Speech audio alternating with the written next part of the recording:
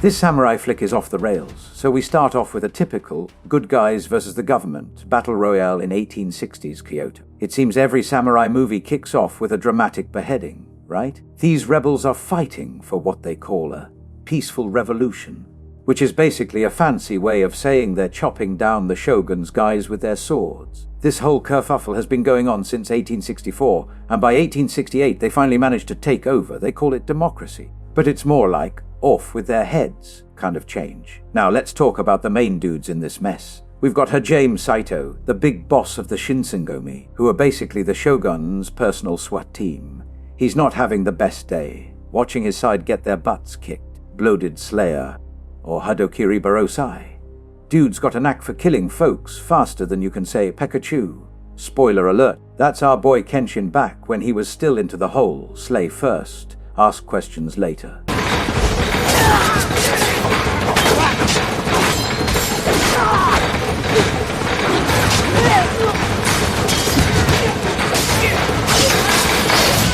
So Saito's all, come on, one last fight to the death, because apparently their last showdown got interrupted by something trivial like ending the war. But Kenshin's all about the peace now. He shoves his sword into the ground like he's planting a really pointy flower and vows to his wife that he's done with the whole murder spree. And here's where it gets weird. Some random Shinsengomi survivor, who probably played dead under a bunch of bodies, finds Kenshin's abandoned sword and has a major case of the feels.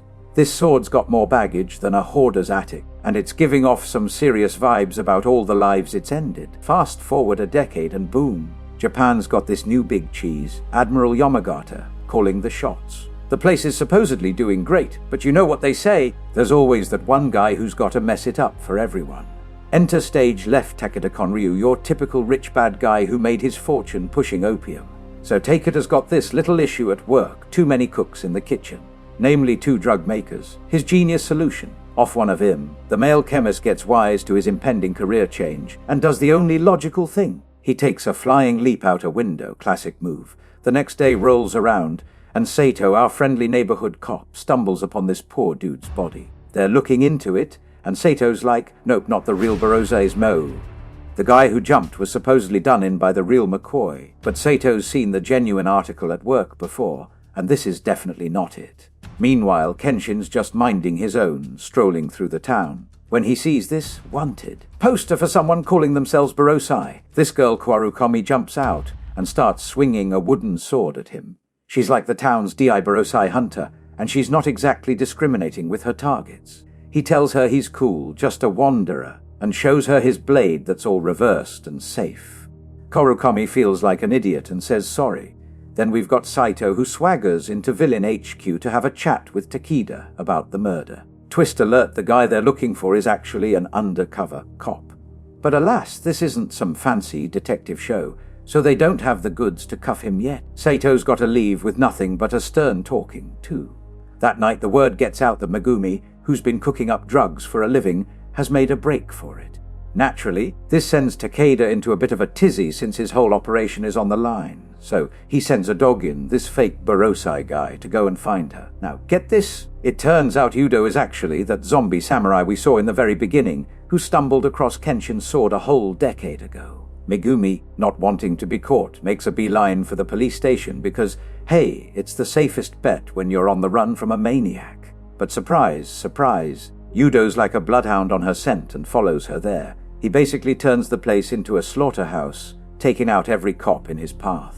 Megumi, though, she's a clever one, she squeezes out through a window. Then there's Kaworu, who sees Udo tossing a cop off a bridge, like it's the most casual thing in the world. She's not one to just stand around, so she pulls out her wooden sword and decides to confront him.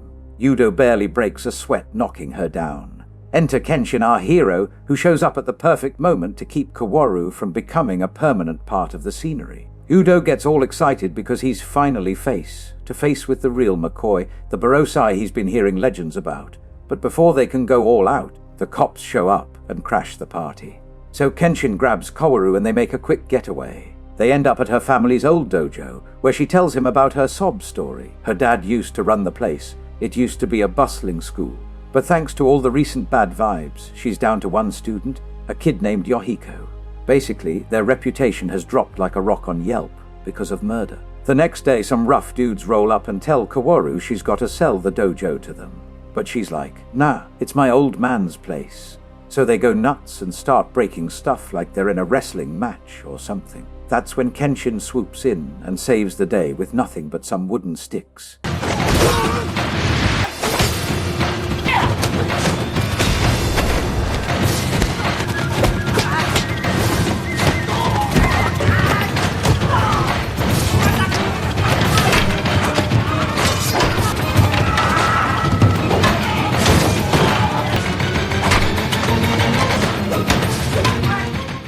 He's like a ninja with those things. Everyone's jaws hit the floor when they find out Kenshin's actually the famous Barosai guy.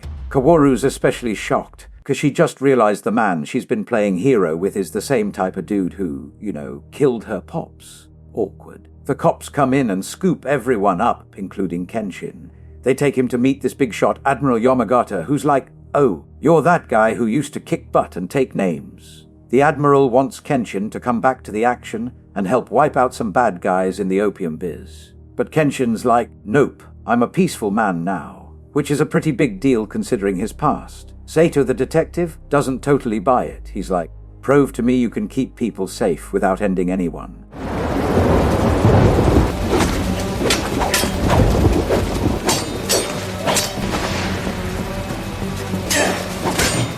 So, they have a quick tussle that gets stopped by the Admiral, who finally gets that Kenshin's not going to be his secret weapon. While all this is going down, Megumi finds Yahiko and asks him to hide her, and Kaworu's just outside the police station, waiting for Kenshin because she knows he's got nowhere to crash. Despite knowing his shady past, she feels he's really trying to turn over a new leaf, so she invites him back to the dojo.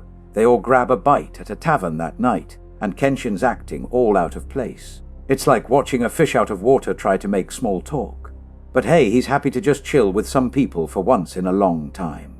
Then, here comes Takeda with his own entourage trying to hire Kenshin as a bodyguard. Kenshin's like, thanks, but no thanks, because he's not about the drug lord life. Enter Sanosuke, this guy with a sword so big it's like he's trying to compensate for something. He's fresh out of the slammer and wants in on the action. Sanosuke challenges Kenshin to a fight to show off for Takeda. They head outside and start going at it on a bridge. Kenshin's just dodging everything like they're playing dodgeball with swords.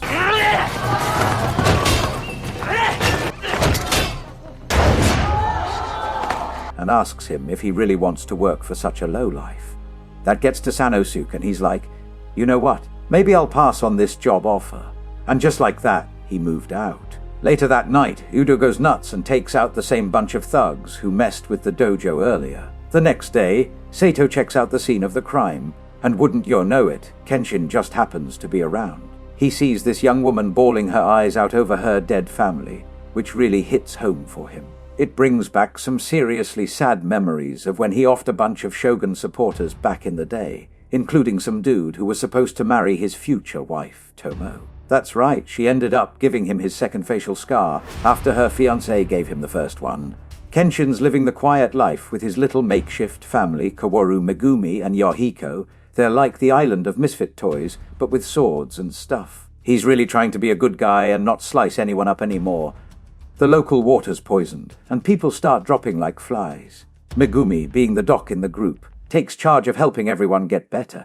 Even Sanosuke lends a hand, like a good old-fashioned neighborhood detox party. Kenshin gets the lowdown from Megumi on what's going on apparently. Takeda's behind it all as part of his shady drug scheme.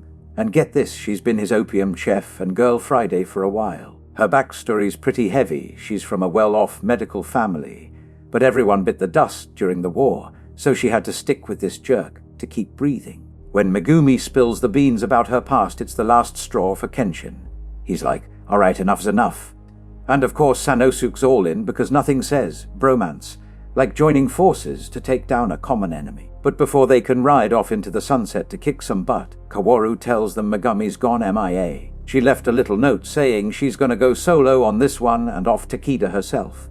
So they head over to Takeda's place, and sure enough, Megumi tries to shank him. But surprise, she gets caught instead. This guy's not just a drug lord, he's also into hitting the ladies, which is super not cool. Takeda's not happy to hear Kenshin and Sanosuke are on their way, So he gathers all his goons for the big showdown. And with Megumi as his hostage, the stakes couldn't be higher. What's gonna happen?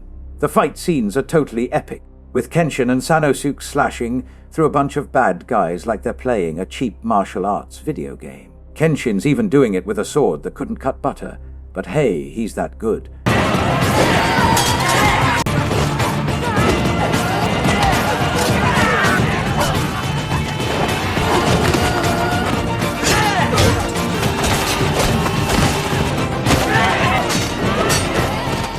They run into these two big bad dudes, Ino, Banjin, and Gain, which is basically the warm-up before the big boss battle.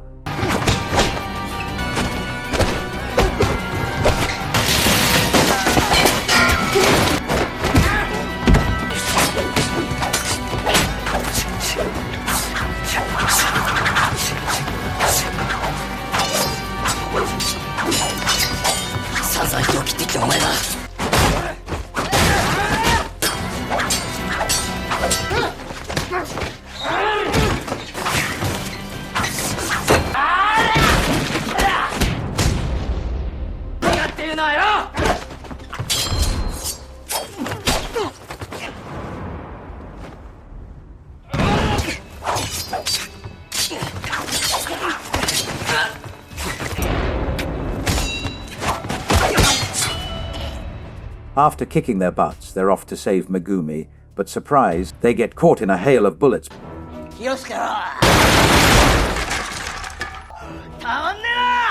Sato shows up with some backup, and they play it smart, capturing Takeda and his goons without too much drama.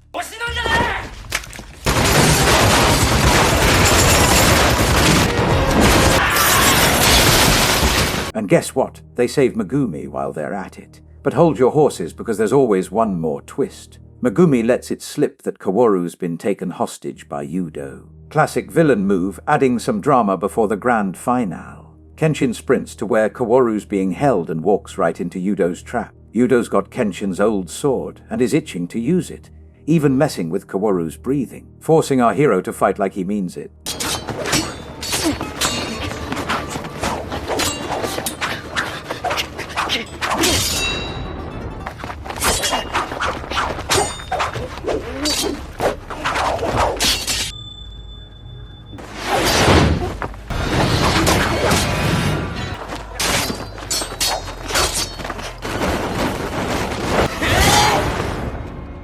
Now, it's the ultimate moral pickle, kill or be killed, but if Kenshin kills, he's breaking a promise. He's about to go full dark side and end Yudo when Kaworu yells for him to stop. Her words hit Kenshin like a ton of bricks, and he decides not to go there. He takes out Yudo's sword arm instead, which is pretty darn merciful if you ask me. But wait, Yudo's got one last trick. He pulls a move that's basically suicide with style, saving Kaworu and giving Kenshin a way out of his killer mindset. It's a kinda noble end for a guy who was mostly a jerk. Kenshin carries the passed-out Kaworu off somewhere, and after a few days, she comes to thinking maybe he's ditched her and gone back to his old bad habits. He was just out getting groceries, because even if you're an ex-killer, you've got to eat your veggies, right? So they all just go back to their chill life at the dojo with their wonderful family of ex-cons and orphans. If you've made it this far without smashing that subscribe button, congrats. You officially have more self-control than I do at a buffet. But seriously, hit subscribe. I waste my life watching movies so you don't have to. It's the least you could do.